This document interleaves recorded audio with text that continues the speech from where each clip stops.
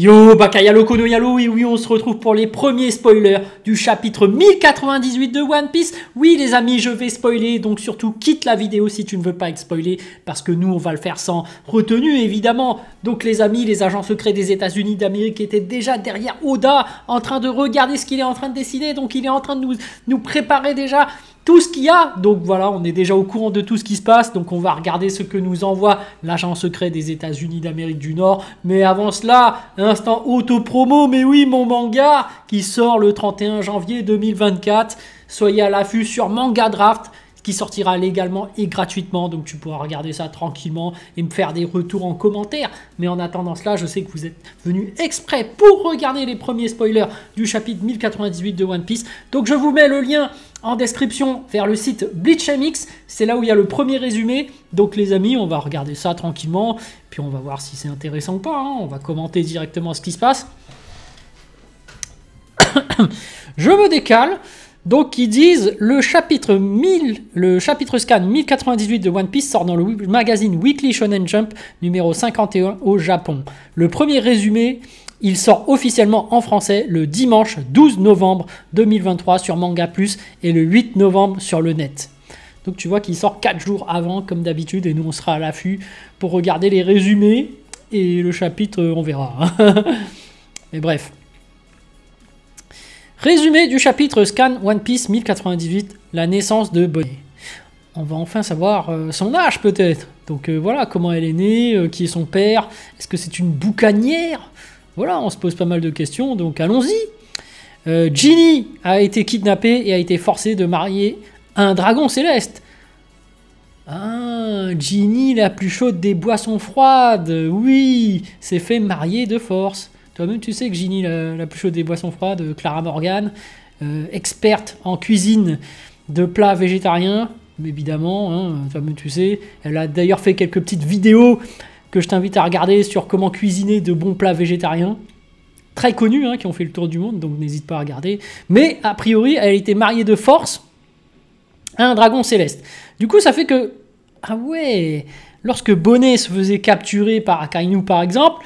C'est pour ça qu'après, il la relâchait ou il la respectait beaucoup ou autre. Parce que déjà, c'est à moitié une dragon céleste. Donc, on sait très bien que les dragons célestes sont considérés comme des dieux. Et que bah, le gouvernement mondial a dit à la marine de respecter les dragons célestes. Parce que c'est pour ça qu'ils se battent. Ils ne se battent pas pour la paix dans le monde, mais pour la paix des dragons célestes. Ils se battent pour le bien-être des dragons célestes. Donc, c'est pour ça que... Ok.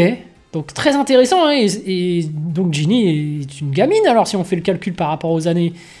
Bah ouais, hein. Regarde, après 2 ans, Ginny a été libérée de l'esclavage parce qu'elle a contracté une maladie. Ok, pauvre Ginny, hein. Ginny, ah, c'est, vous savez, plus chaude des boissons froides. Parfois les plats, les restaurants végétariens, voilà, c'est dangereux, hein. Il y a des MST, tout ça, ça peut conduire à la mort. Hein. Je déconne, je déconne. Ginny contacte Kuma une dernière fois avant de mourir. Est-ce que tu veux pas te marier avant de mourir? Non, ce serait nul. Pendant leur discussion, Kuma localise Ginny et se téléporte auprès d'elle, mais il est déjà trop tard. Ah, est-ce que il peut faire sortir la souffrance de la maladie pour la soigner?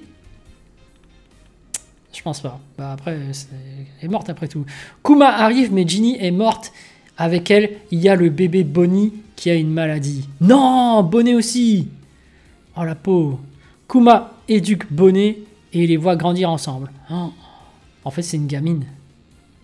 En fait, c'est une gamine. Et lorsqu'elle s'était précipitée sur Sabaody pour sauver Zoro, c'était en tant que gamine. Mais là, ça veut dire que si jamais Luffy apprend que c'est une gamine...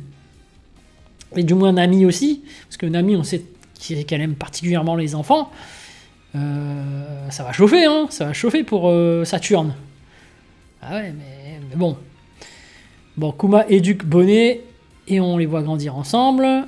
À la fin du chapitre, le roi Bekori retourne au royaume Sorbet et cause des problèmes. Mince, pause. Oh là là, Oda. En fait, chaque chapitre ne sort plus toutes les semaines, hein. Ça sort toutes les 2 semaines. Il n'y aura pas de chapitre la semaine prochaine. Le chapitre 1099 sort le 22 novembre dans le Weekly Shonen Jump numéro 53. Et donc c'est déjà la fin. Ok, bon bah c'est intéressant hein, par rapport au passé de Kuma. On en découvre plus sur Bonnet, sur son véritable âge. T'imagines, c'est une gamine. Hein, c'est une gamine, ça veut dire que depuis Sabaody, où on l'a vu, en fait c'était une gamine.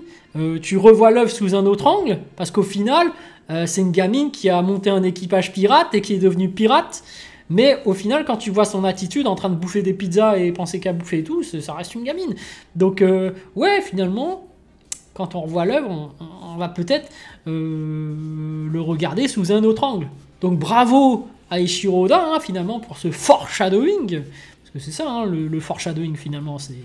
C'est lorsqu'il arrive à te faire donner une information qui te fait relire le manga depuis le début et comprendre sous un autre angle. Et Shiroda ne fait pas que des easter eggs au final. Là, il fait un gros truc. Bravo à lui. Hein, et on voit bien qu'il a travaillé très bien son scénario et qu'il y a encore énormément de mystères et qu'on va avoir énormément de surprises. Et moi, j'ai hâte hein, parce que là, j'ai envie de savoir comment Kuma est devenu un tyran aussi. Parce que là, on dirait vraiment Jésus. On dirait la bonté incarnée. Comment ça se passe avec lui. Voilà. Et j'ai envie de voir ce qui va devenir de Saturne aussi, hein, parce que Saturne, il faut qu'il paie hein, par Luffy.